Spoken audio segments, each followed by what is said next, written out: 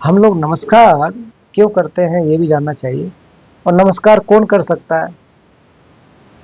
अपना सिर कौन झुका सकता है किसी के चरणों में? वही झुका सकता है जिसके अंदर घमंड कम होगा।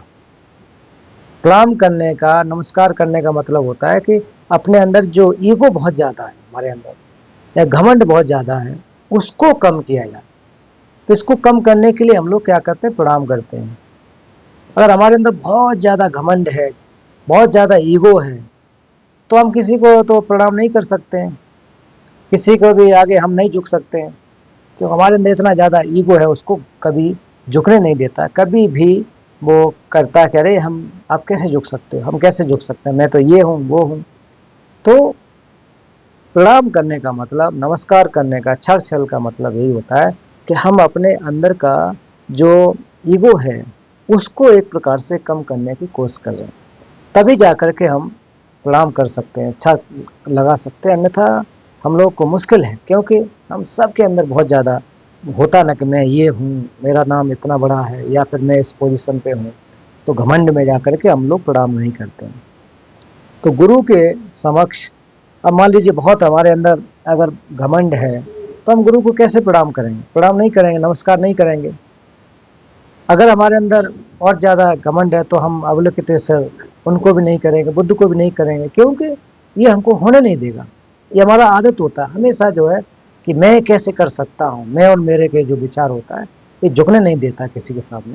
तो जब हम प्रणाम करते हैं बहुत अच्छी तरह से, और वो भी 3 द्वारों से, क्या कह रहा है इसमें? 3 डोर्स।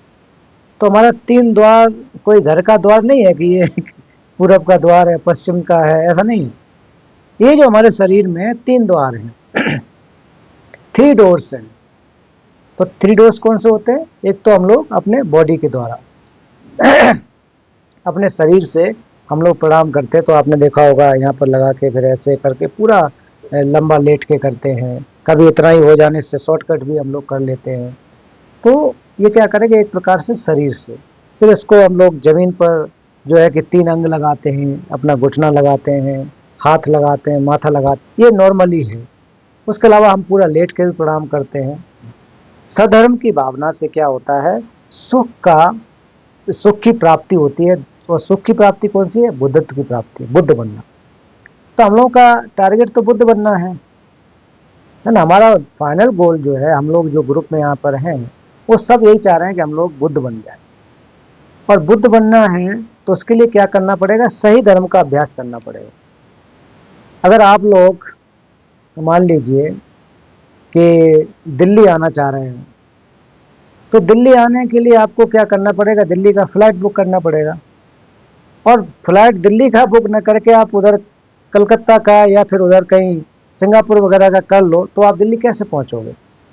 तो हाँ, हमने गलती कर दिया ना कि सही हम रास्ता नहीं चुनाव कर पा रहे हैं। सही जहाँ हमको जाना है उसको हम चूज नहीं कर पा रहे हैं। तो हमारा क्या हो गया? जो धर्म को हमको अभ्यास करना चाहिए, सधर्म का मतलब जो भगवान बुद्ध ने हमको बताया है, एक प्रकार से उसमें किसी भी प्रकार का क्या नहीं होना चाहिए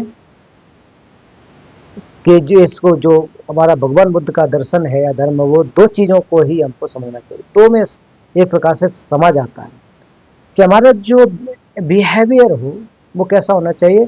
नॉन वायलेंस होना चाहिए, अहिंसा का हमारा व्यवहार होना चाहिए, बिहेवियर। और जो फिलॉसफी है वो क्या होना चाहिए? इंटरडिपेंडेंट का होना चाहिए।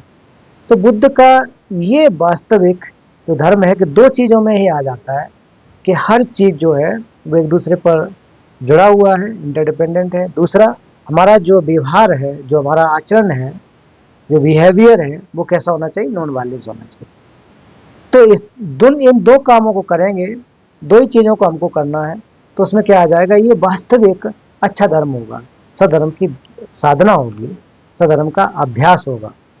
अगर हम ऐसा अगर करेंगे, तो जो पहले बुद्ध बने हैं, भगवान बुद्ध, अभी जैसे शाक्यमुनि बुद्ध, तो वो भी तो आखिर को सधर्म को ही तो उन्होंने किया है। आप लोग देखिए, वो तो राजा के पुत्र थे। राजा के पुत्र होने के बाद भी उन्होंने घर छोड़ा। वो तो बुद्ध बन जा, वो क्या कहते हैं कि राजा बन जाते, राजा बन के अपना आराम से रह सकते थे।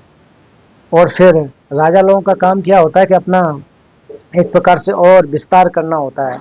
एक राज्य छोटा है स्टेट, तो उसको बड़ा बनाने के लिए लड़ाई करनी है, युद्ध करना है, बहुत सारे लोगों का हत्या करना होता था।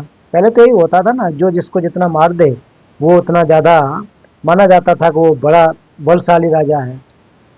तो ऐसे ऐसे करके बुद्ध ने, जब सिद्धार्थ गौतम ने देखा कि ऐसे तो हमारा कुछ लाभ नहीं होगा, हम सधर्म का तो कुछ कर नहीं सकेंगे, फिर जाकर के उन्होंने जो है ध्यान साधना किया, फिर जाकर के वो बुद्धत्व की प्राप्ति की। तो हालांकि उनके जीवन के बारे में भी अलग अलग कहानियाँ होती हैं। तो मुख्य रूप से बुद्ध ने जो है क्या किया कि लोगों को दुखों से दूर कराने के लिए एक बहुत अच्छी तरह से एनालाइज किया। और एनालाइज जो किया था बुद्ध ने, वो तो यही तो था कि हर चीज़ किस प्रकार से होती है, दुख क्यों आ रहा है, परेशानी क्यों आ रही है। तो ये सब सोच सोच के या एनालाइज करके उन्होंने 6 वर्ष गुजारे। तो उन्होंने अपने अंदर से इस चीज़ों को समझा कि इस तरह से है, ऐसे है, वैसे करके तब जा करके। तो इसीलिए हम लोगों को भी सधर्म की साधना करनी चाहिए, सच्चा धर्म करना चाहिए। तो सच्चा अच्छा धर्म करने के लिए क्या है कि जो 3 प्रकार से, जैसे कि पहले कहा गया कि 3 डोर्स से मैं प्रणाम करता हूँ। तो धर्म का अभ्यास भी, सही धर्म का अभ्यास 3 डोर्स से ही होता है। एक तो हमारा बॉडी से, तो बॉडी से क्या नहीं करना है कि किसी को हमको हत्या नहीं करनी है, किसी को भी मारना नहीं है। तो बॉडी से देख लिया, अगर हम बॉडी से हत्या करने का मतलब क्या होता है कि किसी को मार देंगे तो क्या होगा, उसका लाइफ शॉर्ट हो जाएगा। लाइफ अगर शॉर्ट होगा, जीवन कम होगा, तो उसका फल जो है हमारे ऊपर आ जाएगा, हमारा भी जो है जीवन कम होगा। दूसरा, शरीर से जो हमको नहीं करना चाहिए वो क्या है, चोरी नहीं करनी चाहिए। चोरी भी तो उसी के अंदर आती है कि चोरी करना, तो हम लोग चोरी वोरी करते रहते हैं, आदत है। तो एक जन्म का आदत तो नहीं है, बहुत जन्मों से आदत चला आ रहा है, छोटा हम लोग चोरी कर लेते हैं। तो ये क्या है कि ये सधर्म नहीं है, गलत है। हमको क्या, दान देना है, लोगों को हमको मदद करना है, मदद न करके हम दूसरा को उठा के ले आते हैं, तो ये क्या है, सधर्म नहीं है। हमें लोगों को जिंदगी देना है, हमें लोगों को जीवन बचाना है, लेकिन हमारा काम उल्टा क्या हो जाता है, हम लोगों का जान ले लेते हैं, हत्या कर देते हैं। तो वो सधर्म नहीं है। यहाँ करें सधर्म, अच्छा धर्म। तीसरा, जो हम लोग अपने बॉडी से करते हैं, फिर उसको जो सेक्सुअल मिसकंडक्ट जिसको कहा जाता है, तो वो देखो, तो हम लोग कितना गलत काम करते हैं, ये तो करने का नहीं है इतना। फिर बाद में जब पकड़े जाते हैं, फिर पूरा जिंदगी जेल में रहना पड़ता है, समाज में भी नाम खराब होता है। तो इस सब को देखें को हमारे शरीर से जो है 3 गलत कार्य हो जाते हैं। तो ये सधर्म नहीं है, एक प्रकार से गलत धर्म है। तो हमको इससे बचने की जरूरत है, वही तो इस श्लोक में कहा जा रहा है। फिर उसके अलावा जो हमारे बोली के द्वारा जब हम लोग बातचीत करते हैं, उससे 4 कर्म हो जाते हैं, 4 जो है गलत काम हो जाते हैं, उससे हमको बचना है। 4 गलत काम कौन से, जैसे कि पहली बात, एक मिथ्या भाषण, मतलब झूठ बोल लेते हैं हम लोग। झूठ बोलने में तो माहिर होते ही हैं, कहीं ना कहीं कोई हमेशा बोलते रहते हैं। दूसरा, फिर हम दूसरे का बुराई भी शुरू कर देते हैं, रात में जब बैठते हैं गप मारने के लिए ना, तो हम बुराइयां दूसरे का करना शुरू कर देते हैं, वो वैसा है वैसा है ऐसा करके। तो वो हमारा काम नहीं, ये गलत बात है। तीसरा क्या है कि गाली देना हम शुरू कर देते हैं किसी को, कठोर वचन है ना, हार्श वर्ड्स दूसरों को बोलते हैं, तो वो भी हमको नहीं करना है। चौथा जो है हम अपने स्पीच के द्वारा करते हैं, एक प्रकार से जिसका कोई मतलब नहीं है, एक प्रकार से कहना चुगली जैसा करना, कि हम लोग चुगली करने में इतना ज़्यादा आगे रह जाते हैं कि किसी का चुगली करते रहते हैं, गॉसिप जिसको कहा जाता है, वो हमको नहीं करना। ये हमारा क्या, अभी मैं आपको एक बहुत ही संक्षेप में बता रहा हूँ, शॉर्टली। तो ये हमको इससे बचना पड़ेगा। फिर जो मन से होते हैं, हमारे माइंड के द्वारा, वो 3 होते हैं। एक तो क्या करते हैं, हम हमेशा ग्रीड जो हमारी होती है, लोभ या लालच, वो हमारे मन से आता है कि मुझे ये चीज़ है और मिल जाए, हम उसको और कैसे कैसे प्राप्त कर लें, कैसे हमको मिल जाए, तो लालच आता है हर चीज़ में। दूसरा, दुर्भावना, मतलब दूसरे के बारे में गलत हम सोचते हैं कि अरे ये व्यक्ति ऐसे ऐसे कैसे हो गया, हम ऐसे क्यों नहीं हो गए, तो हम अपने मन में बहुत सारा विचार बनाते रहते हैं। और तीसरा जो होता है, जो हमारे मन के द्वारा, वो होता है कि रॉन्ग व्यू, जो रॉन्ग परसेप्शंस जो हमारे होते हैं, कि जैसे बुद्ध है, लेकिन हम लोग कहते हैं नहीं बुद्ध कोई नहीं है, या ऐसा नहीं है, ये तो सब झूठ मूठ बातें हैं। इस तरह की अगर हम बातें बोलते हैं तो वो क्या है, मिथ्या बातें होती हैं। हम लोगों को सधर्म का अभ्यास करना चाहिए। पहले जो संबुद्ध बने हैं, बुद्धत्व की प्राप्ति की है, उन्होंने भी क्या किया है, सधर्म का अभ्यास किया है, अच्छे धर्म। ये बहुत संक्षेप में बॉडी स्पीच एंड माइंड से जो गलत काम करते हैं उसको न करके अच्छे कामों में हमको लगाने की जरूरत है।